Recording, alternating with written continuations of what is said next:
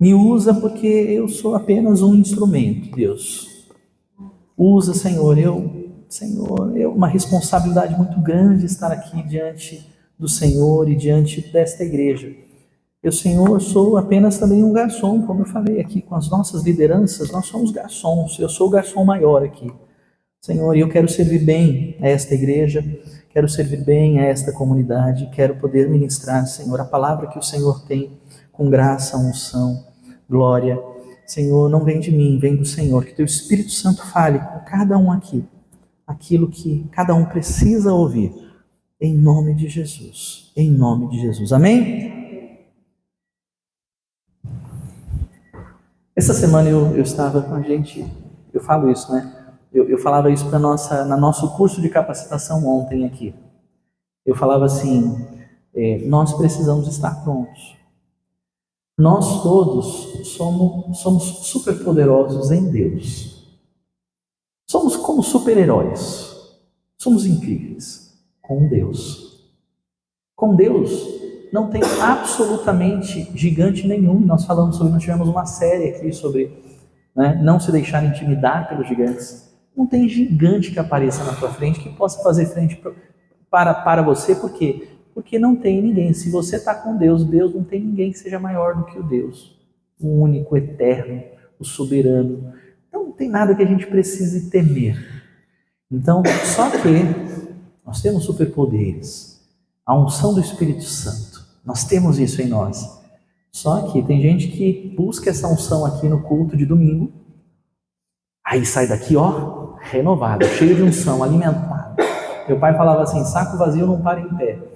E o Espírito Santo precisa estar em comunhão com a unção, tem que estar recebendo a palavra, tem disciplinas espirituais que nós precisamos aplicar, tem que haver movimento de comunhão. E aí nós temos isso no domingo, nos enchemos e ficamos, renovou, colocou combustível, tá super potente aí a máquina, né, o carro. Como é que chama aquele negócio que o pessoal coloca que deixa o carro ainda mais rápido? Quem assiste Velozes e Furiosos, aquele turbo, aqueles negócios lá, a gente fica no turbo, a gente está habilitado aqui no turbo quando a gente conecta com o Senhor, quando a gente está em oração, quando a gente recebe oração, quando nós estamos em comunhão falando, e comungando, e cantando, e louvando, e adorando. Aí o cara faz isso no domingo, fica super potente, mas aí vai enfraquecendo, porque não reabastece na segunda, na terça, na quarta, na quinta, né? Os GCs estão voltando, aí a pessoa vai abastecer no GC, em nome de Jesus. Uma pessoa acha que ela pode ficar sem se alimentar espiritualmente. Gente, não dá, precisamos, tem que ser diário. Então, é nesta prática diária que você vai sendo abastecido e renovado. Não é só aqui do domingo, gente, não depende apenas da pregação de domingo em nome de Jesus. E nesse processo, eu, como um servo, como um garçom para servir vocês hoje, eu vim buscando, estou sempre buscando, Senhor, qual é a próxima palavra que o Senhor quer me ensinar?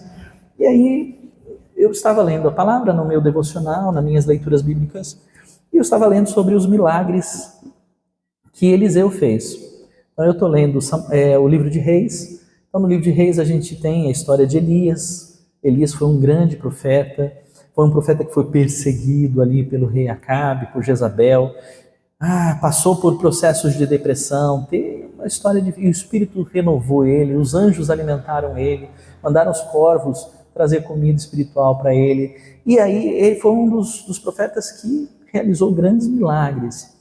Mas Eliseu foi alguém que sucedeu Elias, quando, quem lembra da história, Elias subiu num rodamuinho, foi numa carruagem de fogo ou foi num rodamuinho que ele subiu aos céus e depois nunca mais foi visto? Olha, o pastor querendo pegar os irmãos para saber se os irmãos lê Bíblia, se já estudou, se sabe alguma coisa de teologia. Pois é, passou uma carruagem de fogo que distraiu o pessoal lá, mas na verdade ele subiu no rodamuinho.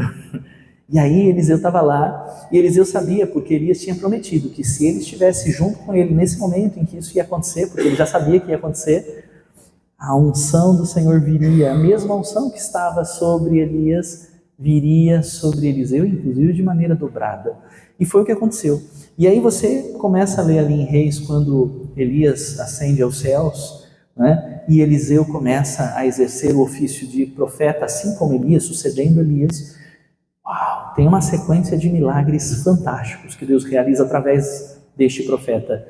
E um dos milagres mais conhecidos é este que eu fiquei... O Senhor falou para mim assim, você vai pregar sobre isso. Mas o que eu vou falar? Só vou contar a história, Deus?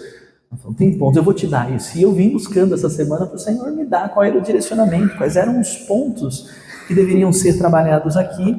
E, inclusive é curioso, porque geralmente Deus me dá o nome da palavra, e aí eu já tenho o nome da palavra quando eu estou montando ela, né? Esse daqui o Senhor me deu, eu escrevi a palavra, e eu falei, Senhor, mas qual é o nome desta ministração? E só no final, depois de um pouco de oração, depois que a palavra já estava pronta, que o Senhor falou, enquanto houver vasilhas, o azeite não irá faltar.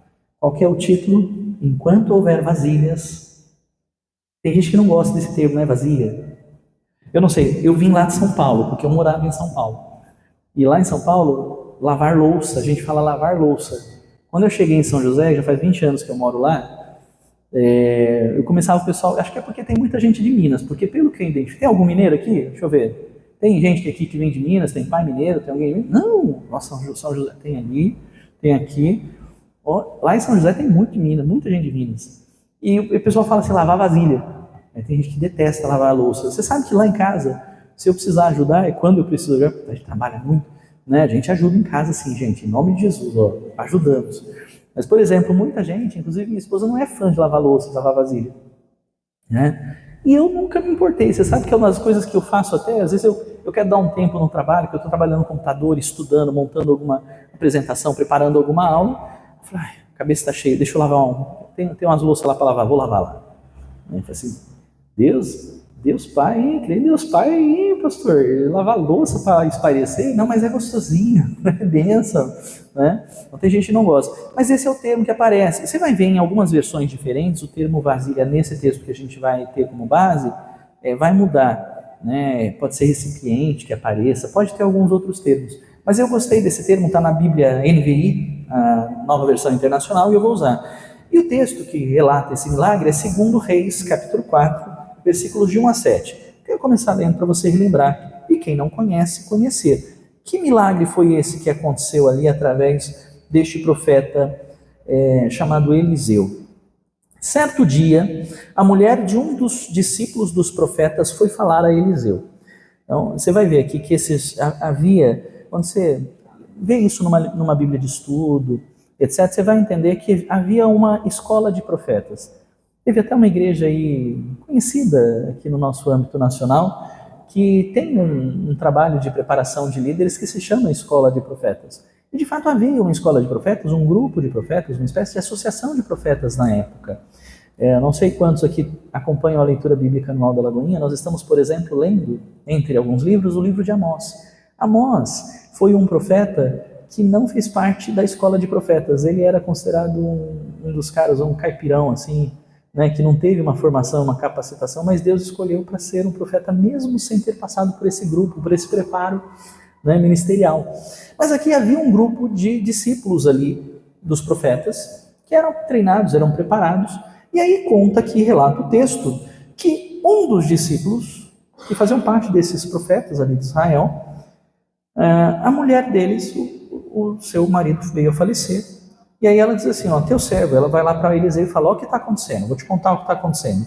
Teu servo, o meu marido, morreu. E tu sabes que ele temia ao Senhor.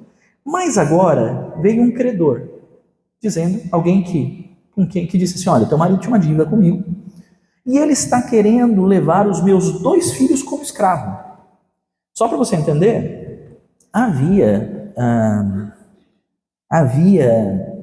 na época Levíticos, quando você lê Levíticos que fala a respeito das leis, dos direcionamentos que Deus deu a Moisés para a organização da nação de Israel, que estava ali sendo estabelecida, organizada, havia essa possibilidade de, se alguém tinha uma dívida com alguém, não para sempre, mas por um tempo, dentro da orientação das leis de Israel, que Deus havia atribuído, que alguém pudesse, por um tempo, servir como escravo.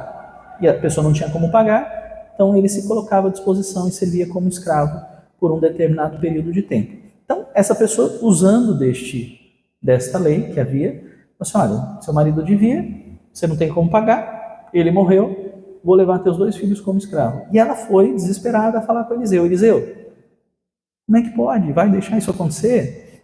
E eu já complemento isso, sem entender se isso era justo, se era justo, se não era ali. Havia uma lei, mas estava correta essa colocação? Esse credor estava sendo justo ou injusto? Já conversamos sobre isso.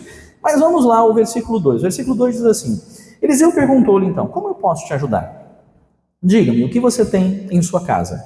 E ela respondeu, tua serva não tem nada além de uma vasilha de azeite. Então disse Eliseu, vá pedir emprestadas vasilhas a todos os vizinhos, mas peça muitas. Depois entre em casa com seus filhos e feche a porta. Derrame daquele azeite em cada vasilha e vá separando as que você for enchendo. Depois disso, ela foi embora, fechou-se em casa com seus filhos e começou a encher as vasilhas que eles lhe traziam. Quando todas as vasilhas estavam cheias, ela disse a um dos filhos, traga-me mais uma. Mas ele respondeu, já acabaram. Então o azeite parou de correr. E ela foi e contou tudo ao homem de Deus, que lhe disse, vá, venda o azeite e pague as suas dívidas. E você e os seus filhos ainda poderão viver do que sobrar. Esse é o texto, esse é o relato. Gostaria que você colocasse no papel aqui do pregador, nesse momento. Aí eu li a história, eu falei, Senhor, eu já conheço essa história, e ela é maravilhosa. E eu falei, eu quero pregar sobre essa história. Muitos pregadores já pregaram sobre esta história. É um dos milagres mais conhecidos de Eliseu. E de verdade, eu vou dizer para você, o que me veio primeiro? O que me veio primeiro é que a vida na vida. Eu falei assim, Senhor, eu quero que milagres como esse aconteçam na minha vida. Eu quero pregar e dizer para o povo assim, eu quero que esses milagres aconteçam na minha vida. Eu quero que esse tipo de milagre aconteça na vida dos meus irmãos. E aí, mas cadê os pontos, né? Eu falei, Senhor, o que o Senhor quer que eu ensine aqui? Onde é que estão os ensinamentos? E aí o Senhor... Gente, não tem nada mais maravilhoso. Eu fico assim deslumbrado quando o Senhor começa a mostrar aquilo que está ali, ó. Eu li a primeira, eu li a segunda, eu li a terceira vez e não tinha visto. E eu falei em oração, Senhor, e aí de repente começa a aparecer, olha esse princípio, olha esse outro, olha esse outro. E é isso que eu quero compartilhar com vocês. Mas eu quero que você esteja com o coração aberto a receber os milagres do Senhor. Deus ainda faz milagres. Eu tenho ouvido testemunhos, às vezes a gente fica meio cético, todo mundo sabe que é cético? Meio incrédulo. Não, naquela época aconteciam milagres de fato. No Antigo Testamento os anjos apareciam. Gente, os anjos, eles aparecem hoje, eles estão aqui hoje inclusive. Está cheio de anjos nesse lugar. Você tem a fé em Deus e você é só crer, eles estão aqui.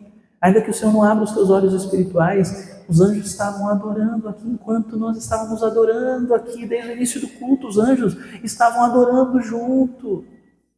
E eles são tão afinados, eles têm uma excelência. A gente fica, Senhor, assim como aqui na terra, a gente quer fazer do jeito que é no céu, Deus. Porque nós sabemos que é uma excelência, lindo, maravilhoso. E, gente, os anjos se manifestam hoje. Quando a gente vai estudar teologicamente a respeito dos anjos, a gente entende que antigamente a comunicação, esse papel de comunicar, de enviar mensagens, era atribuído aos anjos, porque o Espírito Santo, ele vinha, ele se manifestava, mas era intermitente. No Antigo Testamento era intermitente. Foi a partir de Cristo que, através de Cristo, como ponte para nos ligar a Deus, nos perdoar, e pelo sacrifício de Cristo, é que nós pudemos nos tornar habitação do Espírito Santo de Deus. Então, no Antigo Testamento, o Espírito Santo vinha e ia embora. Ele tinha manifestação e ia. Por isso que nós temos louvores que falam, visita-nos, Espírito Santo. Porque na época do Antigo Testamento eram apenas visitações. Quando Jesus veio, Jesus foi chamado de Emanuel, que quer dizer Deus conosco. E tem uma situação que os discípulos estão tristes porque Jesus está dizendo que ele vai embora, que ele precisa ser crucificado. E os discípulos, mas como agora que nós tivemos essa experiência de Deus, o próprio Deus estar conosco? E os discípulos não estavam entendendo, não, quando eu me for, eu vou enviar o Espírito Santo, porque agora o Espírito Santo, o próprio Deus, não vai estar apenas entre vocês, mas ele vai habitar em vocês. E é isso, nós temos vivido isso. Então, hoje, a gente não precisa muito dos anjos para dizer para a gente o que Deus quer falar com a gente. Sabe por quê? Porque o Espírito Santo habita em nós e Ele nos revela e Ele nos fala a respeito daquilo que o Pai intenciona para nós, nos dá direção, nos dá orientação, nos mostra o caminho certo, nos dá discernimento do que é certo e errado, do que nós devemos fazer. Então, temos o Espírito Santo dentro de nós. Então, mas os anjos estão aqui, os anjos têm o seu papel, os anjos são nossos protetores. E os milagres eram só para aquela época? Não, Deus realiza grandes milagres. Sabia que há ressurreição de mortos hoje? Há pessoas que são curadas de doenças incuráveis, sim, hoje. Creia nisso. Começa a fortalecer o teu coração, a encher o teu coração de fé, porque o nosso Deus, tem gente aqui preocupado com dívidas. Gente, o que é para Deus curar um câncer? O que é para Deus resolver uma dívida, não importa o tamanho, se é uma dívida de R$1 milhão, se é uma dívida de R$1.000. Você acha que para Deus isso é um problema? Não é, não é. Mas vamos nos preparar. Prepare o seu coração para receber o milagre nesta manhã. Eu quero começar falando sobre o primeiro versículo desse trecho. E aí, eu coloquei assim como ponto para aqueles que gostam de marcar, memorizar, anotar. Diante da injustiça, busque ajuda. Peraí, qual foi a injustiça? Se você já leu a Bíblia de cabo a rabo, ou se você conhece um pouquinho de panorama do Antigo Testamento, da Bíblia, sabe o que você vai entender? Dízimos e ofertas dentro da lei tinham um propósito principal: sustentar a tribo de Levi, que era das tribos aquela que não teve. Só para você entender, Deus, todo mundo dentro do meio cristão evangélico, você já ouviu da terra prometida, Canaã, você já ouviu que o povo de Israel esteve escravo no Egito, e que depois Deus os levou, né, os libertou e eles ficaram 40 anos no deserto, que depois Josué os ajudou a conquistar a terra prometida, Canaã, e a expulsar os povos que ali estavam e assumir aquela terra que era uma terra que Deus havia prometido a eles, uma terra que mana leite e mel. Todo mundo já ouviu essa história, todo mundo já ouviu essa história. E vocês conhecem que ali no deserto Deus entregou leis, tanto leis civis quanto os 10 mandamentos, a Moisés, e deu direcionamento em relação a como o povo deveria viver. E há uma orientação muito específica relacionada ao sustento e ao cuidado dos necessitados, dos órfãos, dos estrangeiros e do povo os levitas. Então as ofertas que eram levadas ao templo, e principalmente os dízimos, tinham essa função. Isso é tão forte na tradição do judaísmo, que até hoje uma viúva não fica de maneira alguma descuidada dentro da comunidade judaica. Como é que você sabe disso, pastor? Além de estudar a respeito disso, a minha irmã é judia. Minhas sobrinhas são judias, são filhas de Israel. Um dia eu conto a história para vocês. E a minha irmã é viúva. E eu sei o cuidado que a comunidade tem com as minhas sobrinhas e com ela, a comunidade judaica. Ainda que minha irmã seja uma judia messiânica, porque ela sabe que Cristo é o Messias. O povo judeu não aceita isso, ela sim. E ela hoje é uma profissional dentro da comunidade judaica, e como viúva, ela não tem falta de nada, porque a comunidade se posiciona. Agora, veja o que acontece nessa situação, em meio aos profetas. Aí, o marido, profeta, a sua esposa, não sabemos, eu vou dizer para você, não sabemos. A esposa provavelmente não sabia que o marido tinha uma dívida. E simplesmente chega alguém e fala assim: você ficou viúva, seu marido morreu, seu marido tinha uma dívida comigo. Ela não tem nem como comprovar, acho que naquela época mais difícil ainda. O cara inclusive podia estar mentindo de fato. Mas vamos supor que não estivesse. Vamos supor que não. Que de fato esse profeta, marido dessa mulher que foi falar com Eliseu, tinha uma dívida. Gente, ele não faria, se fosse um judeu correto, justo, sabe o cuidado que a lei tem para com as viúvas e os necessitados. De maneira alguma ele ia propor à mulher que pagasse a sua dívida colocando os seus filhos como escravos. Por isso que a mulher correu para Eliseu e falou: profeta, uma injustiça está acontecendo. É uma injustiça. Eu sou uma mulher viúva. E ele quer levar uns... E olha, entenda para você entender. Quem já leu o livro de Ruth, são 4 capítulozinhos, eu amo a história de Ruth, vai entender isso. Sabe por quê? Noemi se tornou viúva. Ela tinha 2 filhos homens que morreram, e as esposas ficaram também viúvas. 3 mulheres viúvas, sabe qual era a situação de dificuldade delas? O provedor é o homem. Se uma mulher fica viúva, mas ela tem 2 filhos homens, o que vai acontecer? Ela vai ser suprida pelos seus filhos homens. Mas aí você tem uma situação em que você tem 3 viúvas e nenhum homem, nenhum filho. Quem que cuida da viúva? Aí a comunidade judaica acolhe. Mas espera aí, estão querendo levar os 2 filhos, que seriam os 2 que poderiam trabalhar para ajudar essa viúva a se sustentar. Que injustiça! Está errado. E a mulher foi lá e falou assim, vou conversar com Eliseu, nosso profeta maior aqui. Eliseu, alguma coisa, vamos resolver. Você está passando por uma injustiça? Peça ajuda. Peça ajuda. Quem pode te ajudar? Espiritualmente, talvez o pastor, a comunidade, a igreja. Hoje nós temos pessoas e profissionais de diversas áreas que de repente podem te orientar, te aconselhar. Busque ajuda. Não tenta resolver sozinho. Para isso que serve a igreja. Você está entendendo? É para isso que serve a igreja. A gente tem que se espelhar assim. Jesus foi um judeu. Todo mundo já conhece aquele louvor que a gente está cantando direto, que a gente ama demais da conta. Junto à fonte estava eu, quando um homem judeu... Quem quer esse homem judeu? Jesus Cristo! Só para entender que tem gente que é crente que fala assim, não, eu não gosto desse negócio de judaísmo. Mas o Senhor da tua vida foi um homem judeu, que cumpriu a lei de cabo a rabo, que fazia parte da comunidade judaica, que frequentava a sinagoga. Está entendendo? E aí, nós precisamos nos espelhar, gente.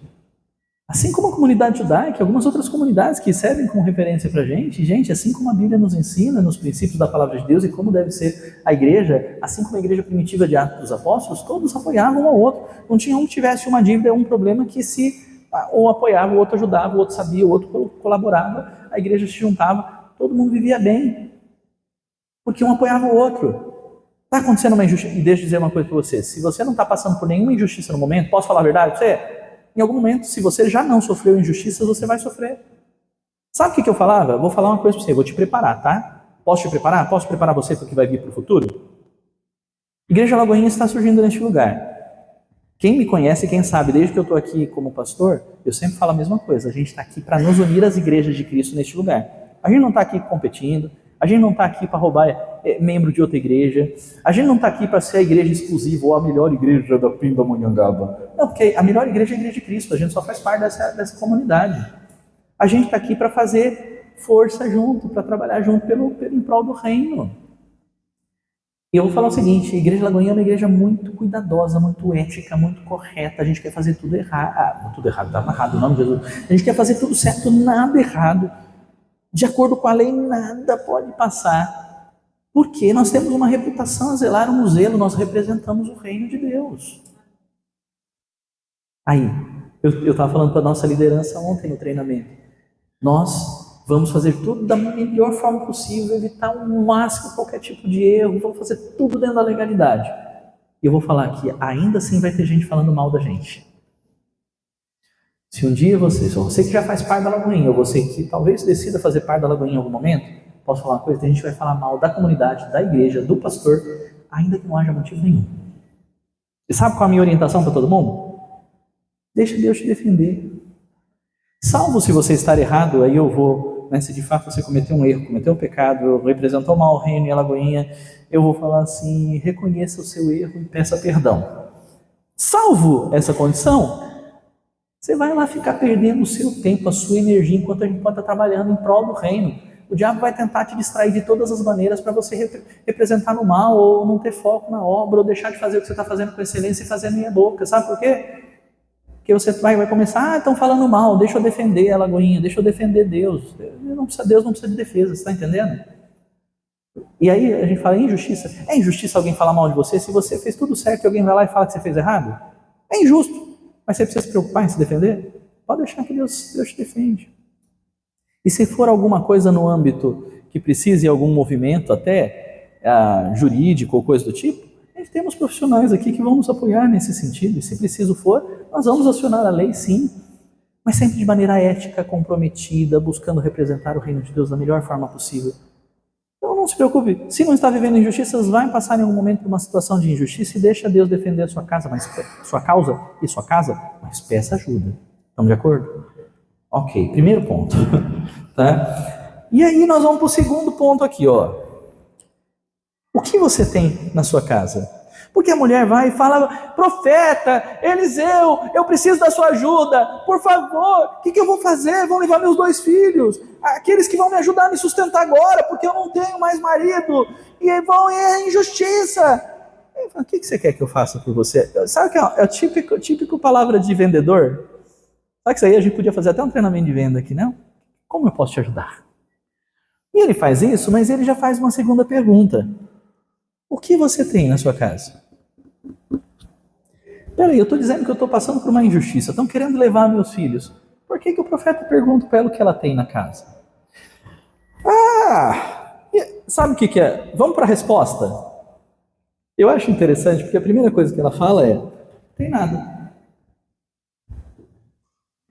Se eu te perguntar o que tem na sua casa, você vai falar para mim que não tem nada? É a nossa tendência de generalizar tudo, né? Tá tudo ruim. Tá tudo ruim? Eu tô sem dinheiro, tá tudo ruim. Você tá com câncer? Você tá em nome de Jesus, recebe a cura. Você vai receber a cura em nome de Jesus. Não tô. Não tá tudo ruim. Você tá com saúde? Tô. Eu não tô com saúde, eu tô enfermo já faz tempo. Tá te faltando alguma coisa? Não, então não tá tudo ruim. Você tá entendendo? A nossa tendência, não tem nada. Aí eu não sei se foi uma coisa automática, depois ela repensou e falou: mas eu estou diante de um profeta de Deus, né? Aquele negócio que é perigoso mentir na frente do profeta, do homem de Deus, né? Porque aí você fala: não.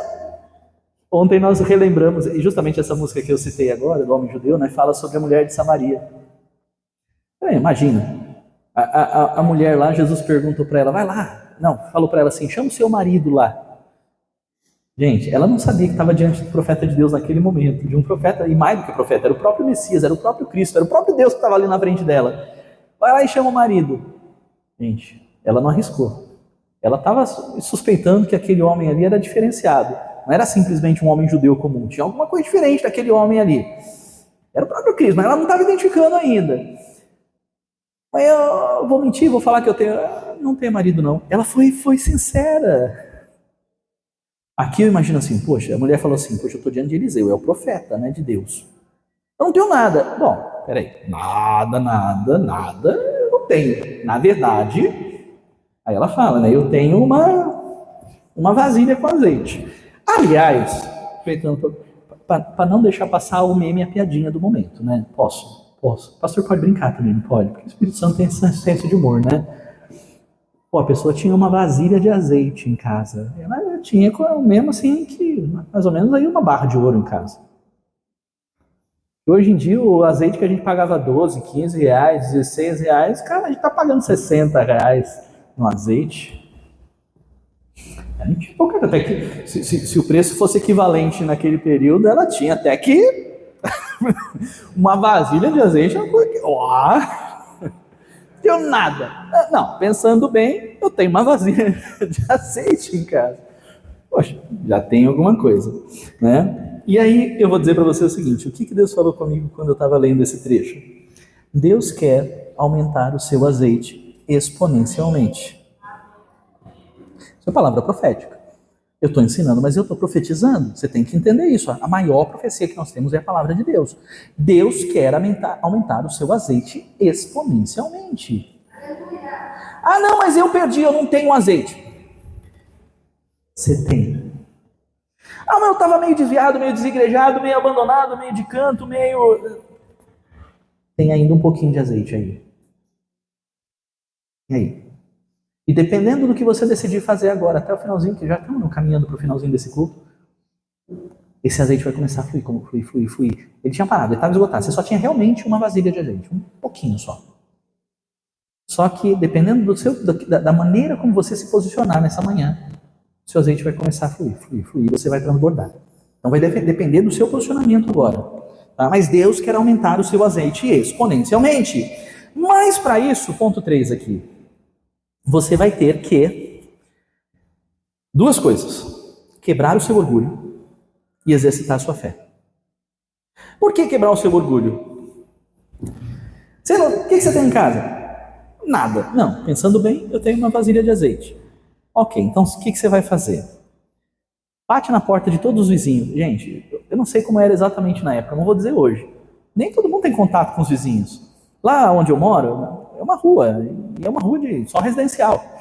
Eu conheço o vizinho da frente, o do lado, tive um contato rápido numa situação com o vizinho que mora no cantinho, na esquina, na última casa. Os outros ali, às vezes eu vejo de ver, mas não sei. Agora, imagina, assim, o profeta fala, vai lá e bate na casa ali e vai pedir alguma coisa emprestada. Quem gosta de pedir coisa emprestada para alguém, levanta a mão. Não, é chato, né? Bem que o profeta não pediu, já pensou assim, vai lá na casa dos irmãos e pede azeite. Nesse momento, do jeito que está caro o azeite, aí não, né, profeta? Não, mas o profeta foi coerente. Mas ainda assim foi meio vexatório, porque imagina, eu quero uma vasilha emprestada. Bate na casa de todos os vizinhos e pede uma vasilha emprestada. Você entende que é uma coisa meio estranha?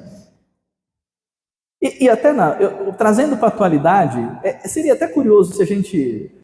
Antigamente era mais comum, as pessoas tinham mais contato com os vizinhos, ou às vezes conhecia todo mundo da rua, né? Então era, por exemplo, comum, de repente, nossa, eu estava fazendo um bolo, faltou um ovo. Aí você ia no vizinho assim, você não tem um ovo aí para emprestar, depois te devolvo? Ou você estava fazendo o bolo lá, acabou o açúcar. Falou, mas me dê uma xícara de açúcar. E até faz sentido, né? Você vai lá, dá uma explicação, tem uma explicação. Não, deixa eu explicar. O que estava acontecendo? Que eu estava fazendo um bolo. E aí você acredita que eu não medi, aí eu tinha que colocar 5 xícaras de açúcar e faltou uma. Aí agora, para eu ir no mercado, é complicado. Você tem uma explicação, né? Agora imagina a pessoa batendo, enfrentando o orgulho dela, indo de casa em casa, bater e pedir uma vasilha. Pra quê? Não tem vasilha na sua casa, não? Eu não sei, é porque o profeta pediu, o pastor lá da igreja falou para eu sair pedindo vasilha. Eu não sei. Mas o que foi? Conta para mim o detalhe da história. Não, o detalhe da história é que tinha um cara que disse que meu marido estava devendo, e aí ele ia levar meus filhos escravos, aí eu fui pro profeta para ele me ajudar a resolver essa injustiça, e ele falou, vai de casa em casa e pede uma vasilha vazia. Hã? Não faz muito sentido, né? As coisas de Deus não parecem pra gente, pra quem tá no mundo, fala assim, é loucura, é doideira, o que você vai fazer isso? Vai fazer um negócio que não faz o menor sentido, e como é que você vai explicar pro vizinho por que você está pedindo vasilha? E aí você sai de uma casa e vai pedir na outra. Imagina, pedir pro vizinho, o vizinho lá te deu uma vasilha. Aí você sai, obrigado, bate na outra, me dá uma vasilha. O que você está pedindo para a rua inteira vasilha? O que está acontecendo? Não estou entendendo. Tá? Se aceitar fazer isso, por isso que eu coloquei aqui, tem que quebrar o orgulho, porque assim, você vai ouvir a voz de Deus ou você vai fazer conforme a sua cabeça? Porque ela podia ter escolhido, falar assim, não, o profeta está louco, não faz sentido isso, então não vou fazer. Mas ela fez isso? Não, ela falou assim, não, é o profeta de Deus, pelo contrário, o profeta de Deus, é boca de Deus, é Deus que está falando, Deus mandou fazer, eu não sei o que vai acontecer, mas vou fazer. Quebrou o orgulho e exercitou a fé. O que eu chamo de exercitar a fé? Ela creu no milagre. Eu não sei o que vai acontecer, mas eu sei que um milagre vai acontecer, porque nesse momento tem um cara querendo levar meus filhos escravos e eu não vou ter sustento pro resto da vida e eu ainda vou perder meus filhos. O que eu vou fazer? Não sei. Mas Deus está falando para eu fazer isso, é porque Deus está liberando o milagre sobre a minha vida. Eu não sei como vai ser, eu não sei como vai acontecer, mas Deus está liberando o milagre dele na minha vida. Ponto 4. Quando Deus falou para mim, que eu já tinha lido várias vezes o texto, e quando falou assim, lembra desse texto? Eu relacionei. Quarto ponto aqui, o profeta fala assim, depois que ela pegou todas as vasilhas que ela conseguiu, ele falou assim, entra na casa com seus filhos e feche a porta. E eu fiquei um tempo, Senhor, eu entendi que tem algo aqui, mas eu não sei o que é. Como assim? Por que ela vai? Beleza, ela pegou todas as vasilhas da vasilha, e até alguns trechos, algumas versões da Bíblia falam assim, entra com seus filhos em casa e fecha a porta atrás de você. Quer dizer, não deixa ninguém ver o que você vai fazer. É só vocês agora. Aí Deus me lembrou de um texto, Mateus 6, versículo 6. Quem lembra? Diz assim, mas quando você orar, vá para o seu quarto, feche a porta.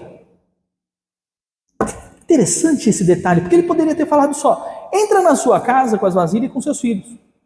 Mas não, entra na casa com os seus filhos, ou seja, a sua família, e fecha a porta. Por quê? Porque você e a sua família têm que ter tempo a sós com o Senhor. E agora vocês vão se consagrar. E agora vocês vão ali orar. E agora vocês vão fazer um mover ali. Você e a sua família, que são seus filhos, você vai entrar, fechar a porta, e aí vocês vão ter um encontro com Deus ali na sua casa. Quando Deus me trouxe isso, eu falei, meu Deus, e é justamente, eu vou trazer essa palavra no dia em que nós estamos inaugurando mais 4 GCs aqui. O GC é a visão de entrar na casa, fechar a porta ali. Ah, mas ele está falando da família. Gente, mas vocês são minha família hoje, você entende isso? Você lembra quando Jesus falou assim, sua mãe e seus irmãos? Porque sim, Jesus tinha irmãos, filhos de José e Maria, sim, tinha.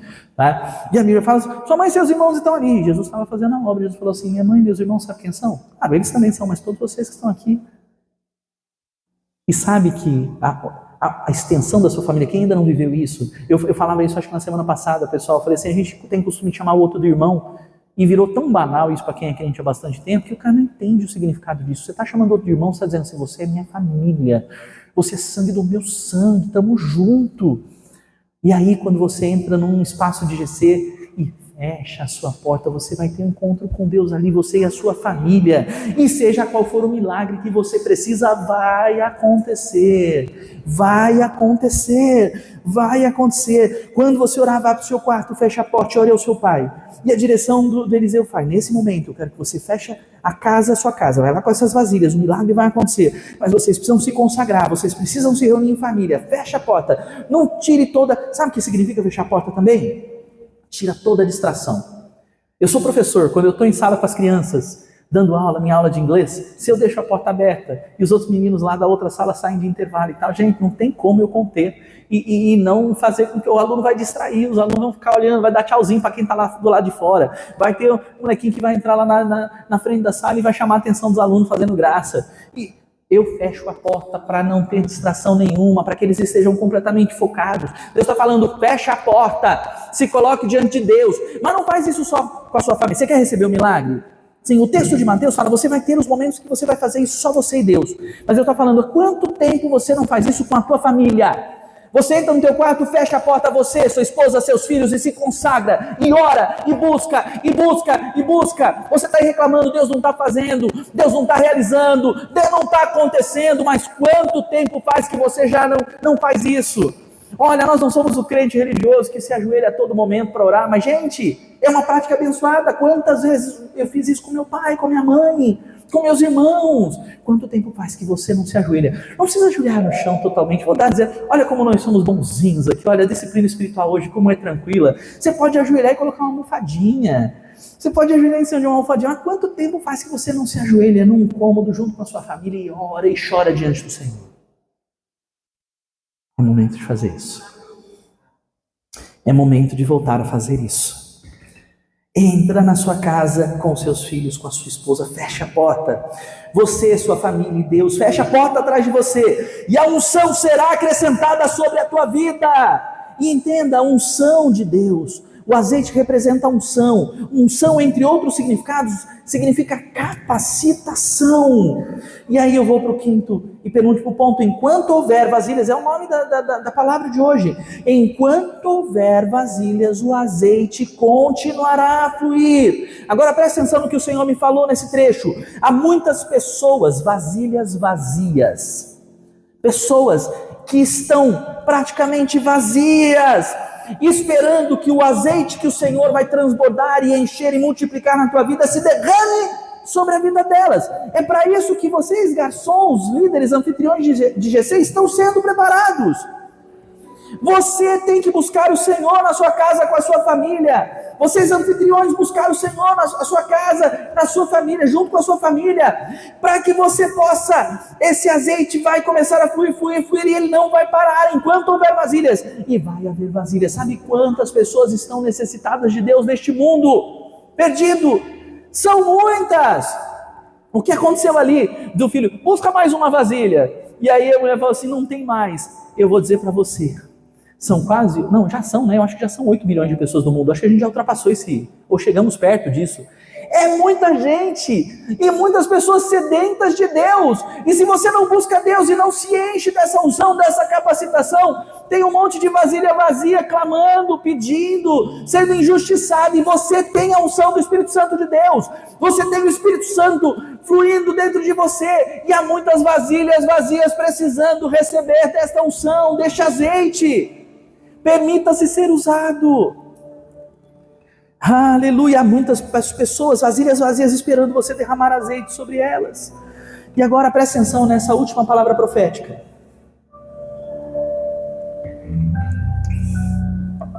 Eu fiquei encucado desde a primeira vez que eu li essa semana esse texto. Não foi a primeira vez, mas foi o primeiro trecho que me chamou a atenção. Se você me pegar minha Bíblia aqui, você vai ver que eu sublinhei com a minha caneta. O profeta fala assim para ele: venda o seu azeite. Deus, o que o Senhor está querendo falar comigo? Como assim venda o seu azeite? E aí Deus falou para mim assim: o que Deus te capacitou a fazer? Quais são os dons? Qual é a capacitação que o Senhor tem te dado? Por que você não está usando? Presta atenção e ouça o que o Espírito Santo está falando com você. Tem gente aqui, dificilmente a gente vai ter hoje um brasileiro que não tem alguma dívida. Vou falar a realidade. Seja um boleto, um carnê das Casas Bahia. Né? Tem. E você aí preocupado: eu não sei como é que eu vou pagar. Perdi o emprego, o salário reduziu. Depois da pandemia, tanta coisa aconteceu, né? Eu tinha um negócio, tive que migrar para outro, tive que mudar de função, tive que mudar de... O que Deus te deu como capacitação e dom e você não está usando? E eu vou dizer, as capacitações que o Senhor te deu, sim, é para você fluir aqui voluntariamente, aqui na igreja, sim. Mas você pode usar esses dons, sim, para abençoar a vida de pessoas. Tem gente que... Gente, olhar isso aqui já sabe, eu não sei. Eu fico pensando e buscando a ajuda dos universitários, dos especialistas para saber. Eu quero deixar esse lugar lindo, como é que eu faço? Eu quero consertar as paredes que estão com bolha, com as coisas assim. Não é a minha especialidade, mas eu quero. O que tem que fazer? Ontem veio um pedreiro aí falar comigo, eu estava só eu e ele. E aí ele falou um monte de termo, quebra o reboco, puxa a estrutura, faz não sei o quê. Eu falei assim, beleza. Não entendi nada, mas se ele fizer e tiver certo, tá tudo bem. Né? Então assim, mas quantas pessoas têm dom para trabalhar com obra, tem dom para lidar com pessoas e vender coisas? Gente, eu não sei. Tem dom para aconselhar e abençoar pessoas, e tem tanta gente precisando de gente para ouvir, para conversar. Você sabe que uma das profissões do futuro, eu estava estudando sobre algumas profissões do futuro, são pessoas dispostas a ouvir, pessoas que estão sozinhas e isoladas. Quais são as capacitações que Deus te deu e que você colocou e estacionou? O que Deus está falando com você? Deus te deu capacitações e você fala assim: eu vou deixar isso na gaveta. Deus está falando: peraí, eu te dei isso.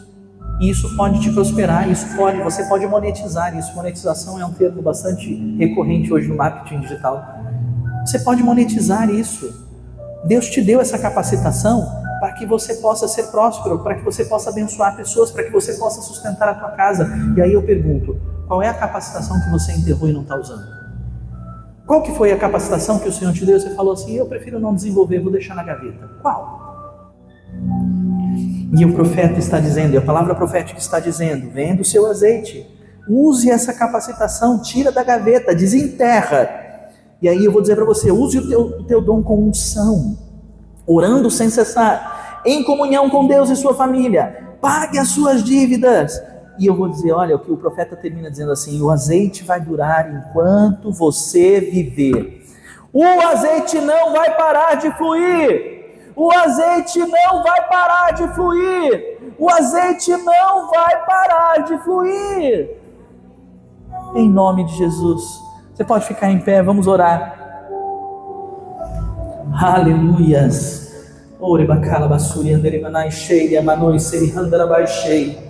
Pai querido, eis-nos aqui. É tão interessante isso, Senhor, esse movimento de ensino e profecia e de pregação. Pai querido, porque eu não sei o que o Espírito está falando com cada um no seu íntimo, mas eu tenho plena convicção, eu sei que o Espírito está falando, está dando direcionamentos claros para as vidas que o Senhor trouxe aqui nesta manhã. Tua palavra é a maior profecia, nós recebemos a Tua palavra e nós não vamos, Senhor, por orgulho, ou por sei lá qual for o motivo. Nós vamos exercitar sim a nossa fé, nós vamos crer nos milagres, nós vamos quebrar o orgulho, e se preciso sim, vamos bater de porta em porta, sem ter como explicar, mas pedindo vasilhas vazias. Há vidas precisando receber dessa unção que nós estamos recebendo aqui hoje. Você está recebendo de uma unção hoje, o teu cálice está transbordando nesta manhã, o teu cálice está transbordando nesta manhã, e não é simplesmente para ele transbordar e desperdiçar. Deus quer que este azeite, este óleo alcance a sua casa e a sua família. Há pessoas da sua família com quem você vai estar ainda hoje. Permita-se fluir, permita-se transbordar, permita-se ser um bom representante do reino e transborde na vida da sua família. Se você ainda hoje vai estar com amigos, entenda, o Senhor está enchendo o seu cálice, o Senhor está enchendo a sua vida de unção e azeite, óleo e capacitação, para que você possa transbordar na vida dos seus amigos. Então se posicione, entenda que onde você estiver, você é um representante de Deus, você representa o reino, você representa a igreja de Cristo. Seja a boca de Deus. E eu vou te dizer, nem sempre você vai precisar falar de Jesus de maneira clara com palavras. Talvez o seu posicionamento, a paciência e o domínio próprio que o Espírito Santo coloca e faz fluir de você, a maneira como você vai tratar mesmo aquele parente que costuma te provocar, aquele amigo que fica te cutucando, você vai transbordar amor na vida dessas pessoas, e essas pessoas vão ser impactadas pelo que você está fluindo, e o azeite vai durar enquanto você estiver conectado na videira, enquanto você estiver conectado com Deus, enquanto você estiver fazendo isso toda semana, todos os dias, fechando a porta do teu quarto, fechando a porta da tua casa, reunindo a sua família e orando e se consagrando. O óleo só vai parar de fluir se você parar de buscar. E em nome de Jesus, Deus quer te prosperar. Deus quer que essas dívidas que estão te atormentando, Deus, como eu vou pagar, Ele é o dono do ouro e da prata, Ele pode liberar, mas Ele vai liberar isso à medida que você se consagrar e buscar e fazer a vontade dEle. Ontem falávamos aqui, a gente sabe, Deus sabe mais do que nós, porque Ele conhece o teu interior, que se você ganhar uma bolada de dinheiro hoje, é capaz de você nem pagar dívidas e fazer outras ainda mais. Nós precisamos da sabedoria do Senhor, nós precisamos ter o nosso caráter forjado, para que possamos não apenas prosperar, receber da parte de Deus, mas poder administrar com sabedoria o que Ele coloca nas nossas mãos. Busque isso nele, em nome de Jesus, em nome de Jesus. Recebe o teu milagre. A primeira conexão é no espiritual. Recebe o teu milagre agora no espiritual. Fala, eu recebo, eu me comprometo, eu vou buscar o Senhor com a minha família, eu vou buscar o Senhor com a minha casa, eu vou fazer isso, eu não quero que nunca mais o cálice na minha vida, a alegria do Senhor e o azeite do Senhor parem de fluir, o azeite do Senhor vai fluir, e o Senhor vai te renovar, o Senhor vai te lembrar das capacitações que você enterrou, dos dons que você deixou de usar, e Ele, à medida que você usar os teus dons, Ele vai multiplicar, Ele vai te capacitar ainda mais. Nós temos o Espírito Santo habitando em nós, Ele é aquele que nos capacita. Então permita-se ser capacitado pelo Senhor e nunca mais. O azeite que vai fluir na tua vida, vai fluir para sempre, enquanto você estiver conectado com Ele. E enquanto você viver, nada vai te faltar, porque Ele é o teu pastor. Ele é uma fonte inesgotável de bênçãos, de alegria, de unção, de capacitação, de sabedoria. Aleluia.